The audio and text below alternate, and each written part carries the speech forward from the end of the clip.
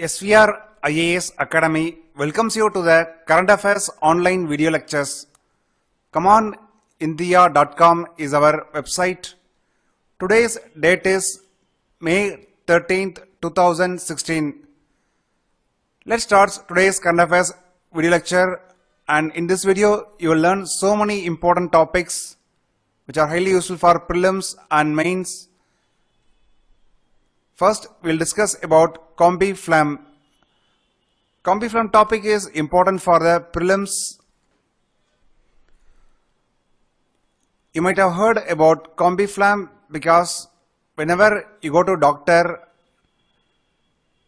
for body pain or fever, doctors used to prescribe Combiflam more often. Even as a doctor, I used to prescribe Combiflam often. There was an issue recently. It is produced by Sanofi. Which is a French drug maker. This is the first important prelims point.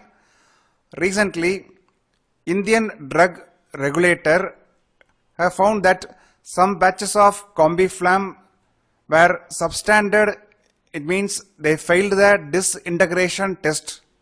Some batches of Combiflam failed in the disintegration test.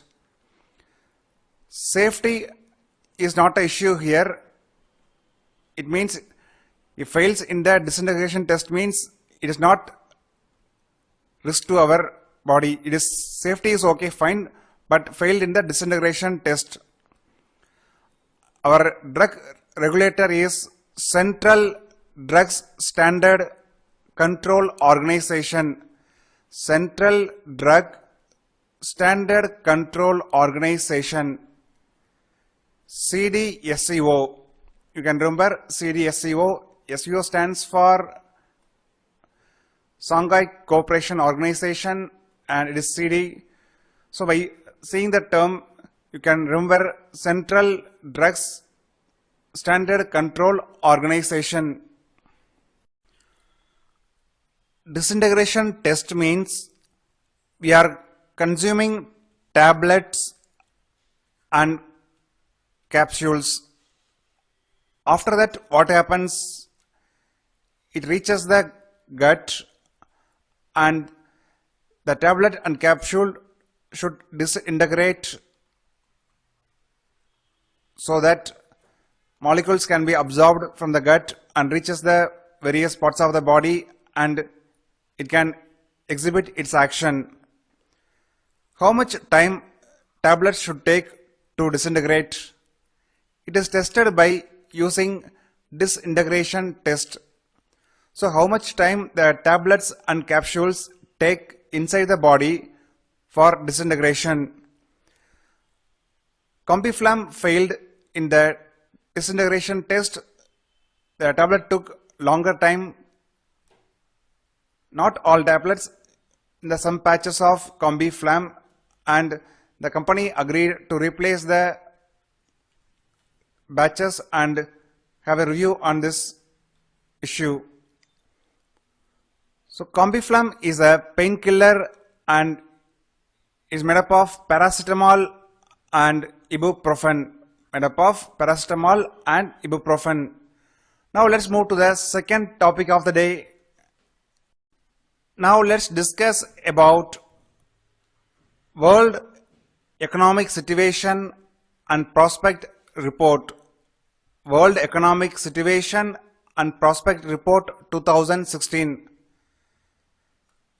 It is a report jointly produced by United Nations Department of Economic and Social Affairs and UN Conference on Trade and Development. So remember, it is a joint report published by UNDESA and UNCDAD, that is UN Conference on Trade and Development and UN Department of Economic and Social Affairs. What about India's position in the report? Despite various problems like delays in the domestic policy reforms, India is slowly gaining momentum in the global economic growth. India is expected to achieve the growth rate of 7.3% in the year 2016, and we can expect India to achieve the growth of 7.5% in 2017. So slowly we are gaining momentum in the global economic growth. At present, India is the fastest growing economy in the world. India is the fastest growing economy in the world. Second place goes to China. As already we discussed, there are delays in our domestic policy reforms getting delayed, and our banking system faces fragilities like issues like non-performing assets, bad loans, increasing number of defaulters, whether willful defaulter or genuine defaulter. These are the problems being faced by the banking system in India. Despite these problems, investment demand is increasing and it is supported by easy monetary cycle, rising FDI, and steps taken by Government of India towards infrastructure investments and PPP model.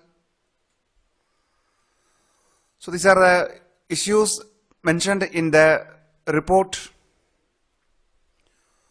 Within South Asia, Indian economy accounts for 70% of the South Asia's GDP. As you may be aware, 8 countries constitute South Asian region. They are India, Pakistan, Nepal, Bhutan, Bangladesh, Sri Lanka, Afghanistan, and Maldives. These 8 countries constitute South Asian region. Out of that, India is the largest country in terms of population as well as area wise. So economically, India accounts for 70% of the South Asia's gross domestic product.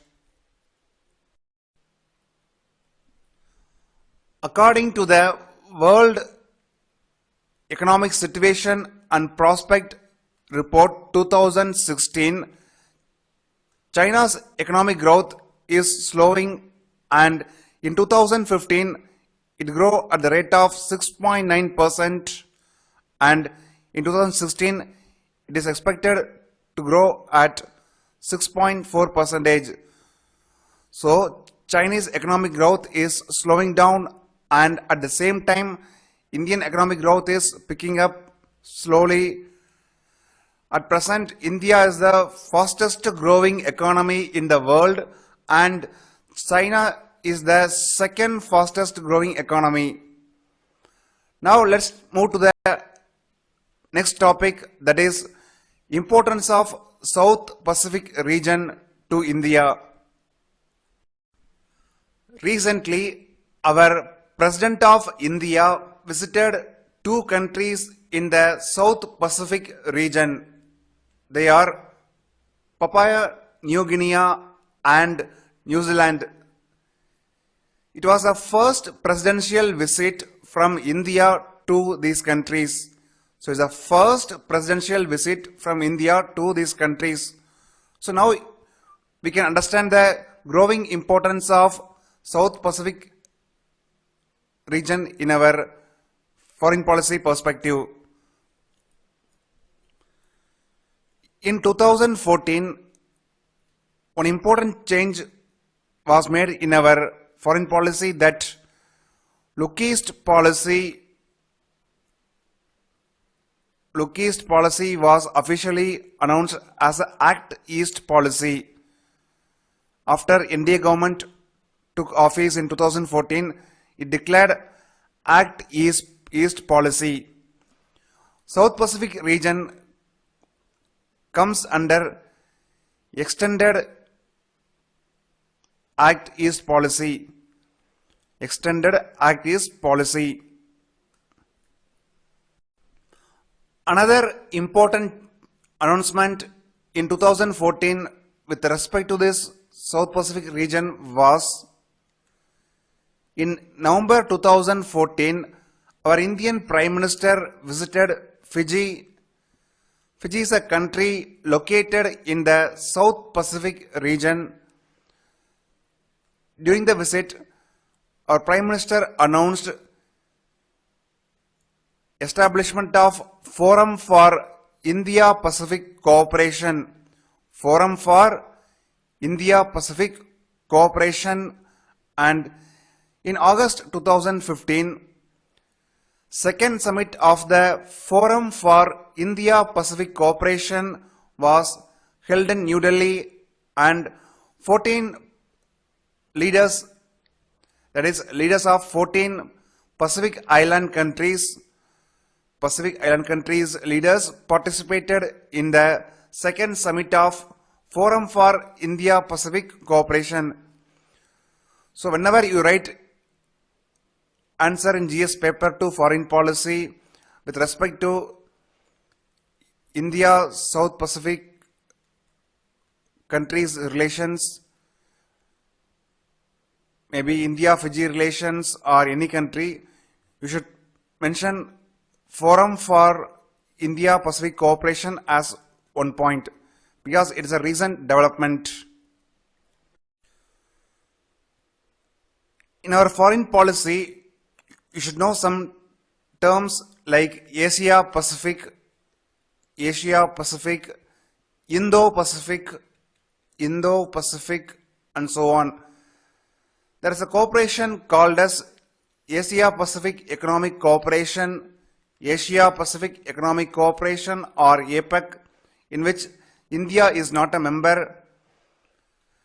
The countries bordering the Pacific Ocean are members of this organization, and India is not bordering the Pacific Ocean geographically. So at present India is not a member, but India wants to become a member of APEC, and majority of countries are supporting India's membership to this organization.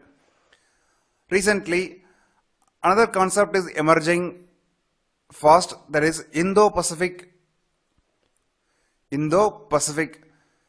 To expand the Asia-Pacific term, Indo-Pacific is started gaining momentum, which includes countries located in the Indian Ocean and Pacific Ocean.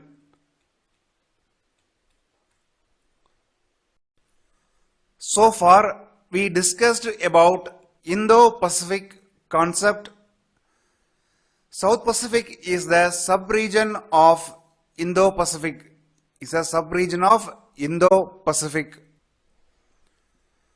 There are large number of islands are there in the South Pacific. We can classify these islands into three groups.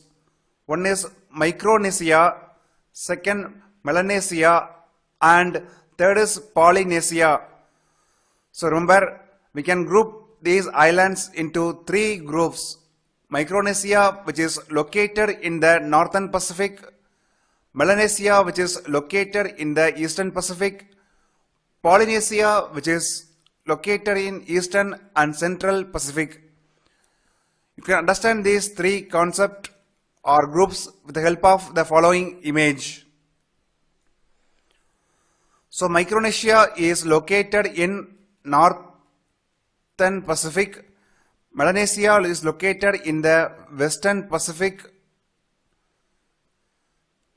Papua New Guinea is coming under Western Pacific, that is Melanesia, and Polynesia is coming in the Eastern Pacific or Central Pacific region. Now let's discuss about South Pacific countries from the historical perspective. Historically, these island countries had very close economic and political links with the countries like United Kingdom, Australia, New Zealand and US. After that, especially after World War II, US dominating this region, and in mid-1990s, South Pacific region lost its importance. US and Australia reduced focusing on this region, and after mid-90s, China started emerging as one of the major player in this region. China was offering financial and aid to the Pacific Island countries. To counter China, US announced Pivot to Asia policy. Pivot to Asia policy. So at present the region's strategic importance once again in play, because in the last one decade the global attention shifted towards Indo-Pacific. South Pacific region is a part of this Indo-Pacific. Now let's discuss about the importance of South Pacific region or Pacific Island countries to India. As you may be aware about UN Security Council, UN reforms and so on, and India's along with G4 countries. G4 countries are Brazil, India, Germany and Japan are trying to become permanent members of the UN Security Council. So in this background, voting will take place in the UN General Assembly. The procedure already we mentioned in our separate video lecture on UN under our paid service video lectures.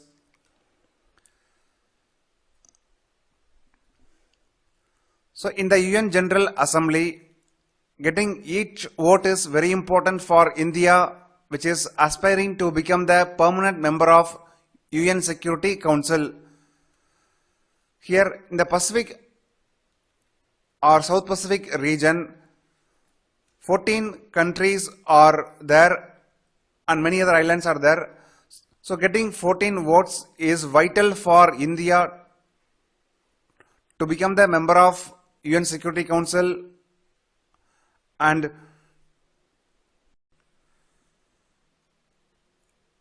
in the Cold War time period, the world was bipolar world order. At the end of the Cold War, the world became unipolar, and in the last 1 or 2 decades, slowly the multipolar world order is emerging. Multipolar world order is emerging. In this background or in the era of multilateralism, to get support for India's stand on global issues, whether it is a climate change issue or WTO trade negotiations issue, so we need support of many countries.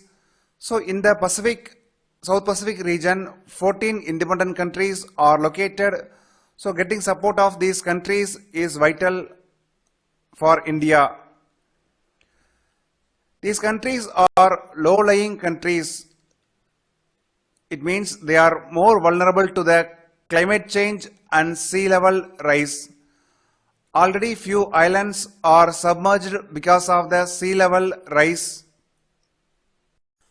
Another important point is that South Pacific region's geographic location is very important for many countries, because South Pacific region is an ideal location for establishing, monitoring and satellite tracking stations. The region is ideal for satellite monitoring and satellite tracking stations. India also established station to monitor Mars mission. We established station at Fiji.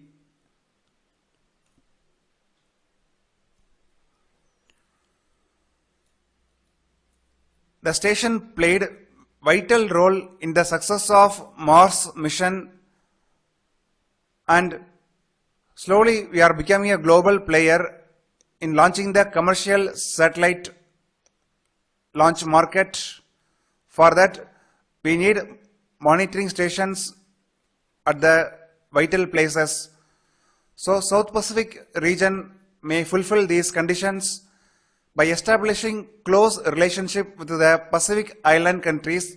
We can establish satellite monitoring stations in these countries so that we can fulfill our ambition to enter the global commercial satellite launch market in a big way. Another important point is that the region has vast exclusive economic zone, which is rich in minerals like copper, nickel, gold and liquefied natural gas, and the region also has huge fishing potential. The region has 14 countries, but population is very less in these countries, but resources are vast. So by establishing close relationship with these countries, we may benefit commercially as well. If you are reading the newspaper regularly, you may know about Trans-Pacific Partnership, Regional Comprehensive Economic Partnership, Transatlantic Partnership and so on.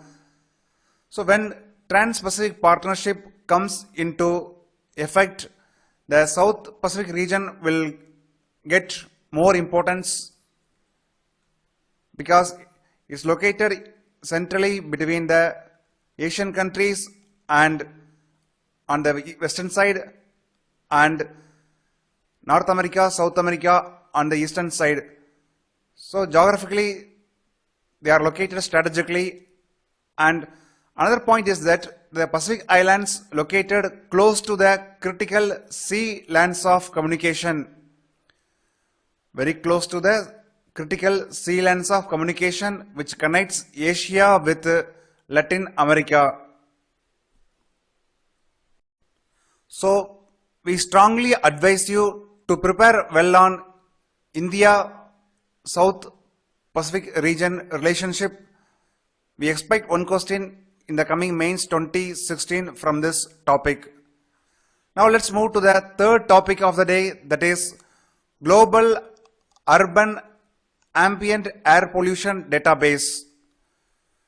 Global Urban Air Pollution Database. It is the latest air quality report released by World Health Organization. According to the earlier air quality report, New Delhi was declared as world's most polluted city. New Delhi earlier declared as world's most polluted city, but according to the recent report, New Delhi is no longer the most polluted city. Now, Delhi's rank is 11th.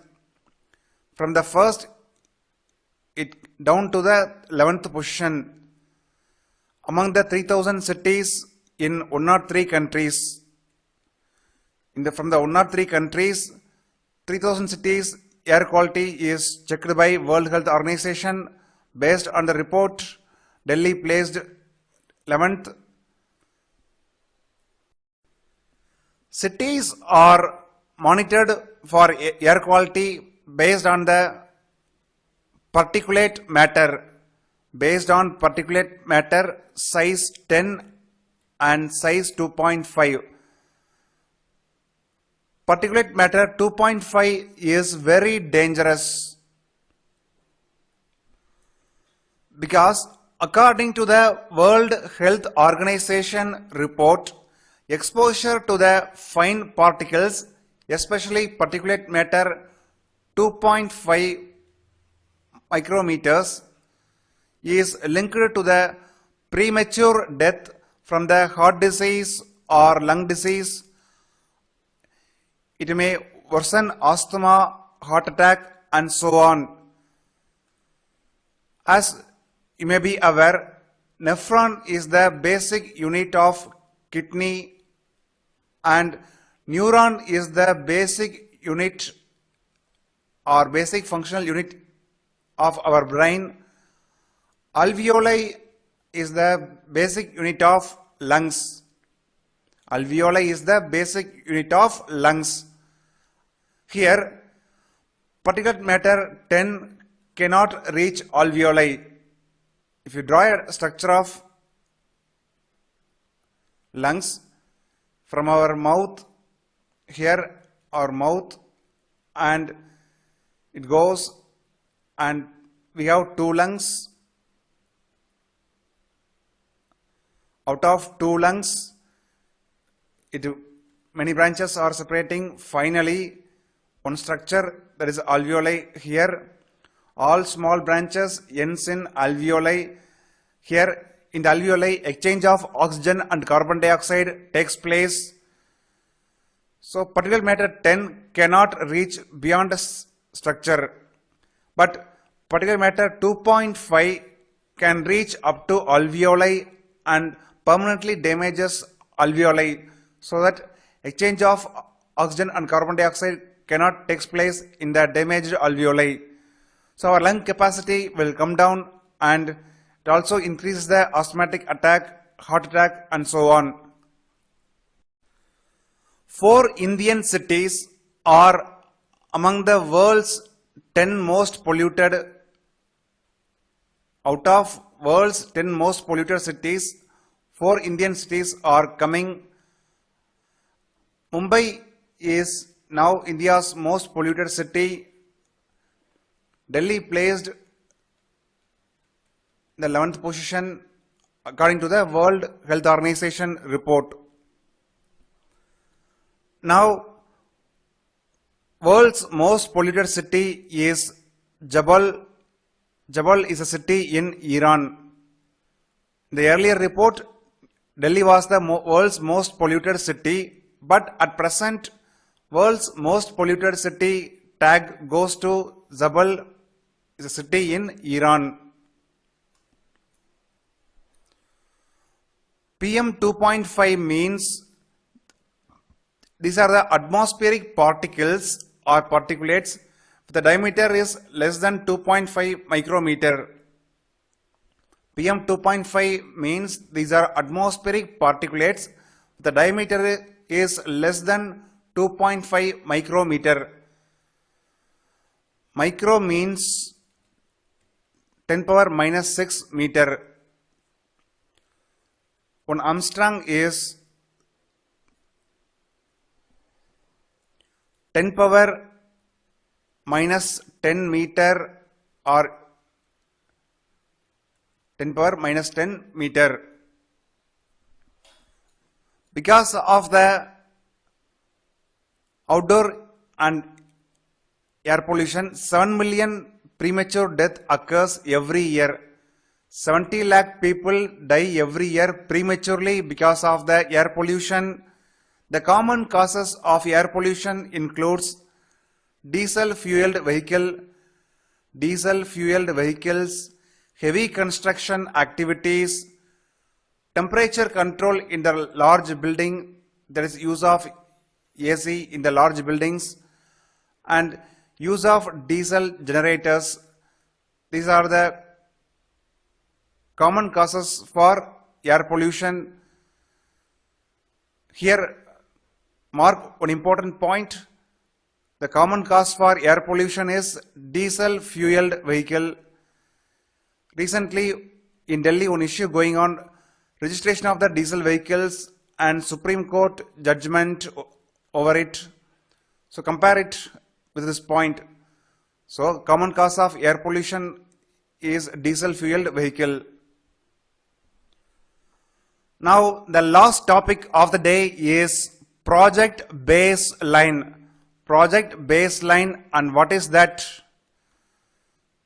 We hope you are enjoying our online current affairs video lectures, and if you have any suggestions, drop your comment in the comment box section and invite your friends who are preparing for the civil service examination to our YouTube channel so that we can help a lot to the students and it will motivate us to continue the video lectures.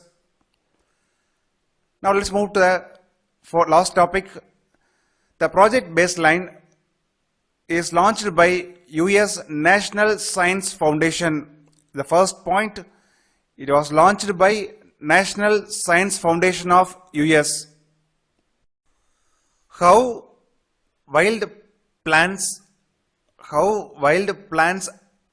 adapt to the environmental factors like climate change and so on, because some plants flowering takes place early, it is due to climate change or any other reason, so we don't have any strong proof.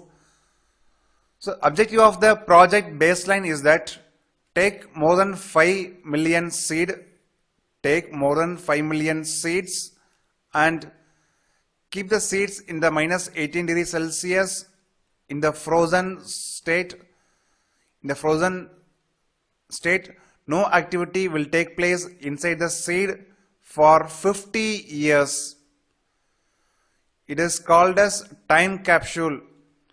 Simply place the seeds in a time capsule in the frozen state for 50 years. Even after 50 years, no change will happen in the seeds from now to 50 years because they are in the frozen state. At the same time, assess the same seeds in the wild population. The same seeds which are not placed in the time capsule grows and flowering, all activities takes place. So we can assess the evolution of the wild plants from the seeds and role of the climate change and other environmental stress factors. Because of these, how the plants adapt themselves. So by comparing the seeds from the time capsule from the seeds here, we can assess the role of climate change and other factors in the evolution of wild plant populations. It is the core objective of the project baseline. Thank you for watching this video lecture and share our video lecture with your friends who are preparing for civil service examination. Thank you.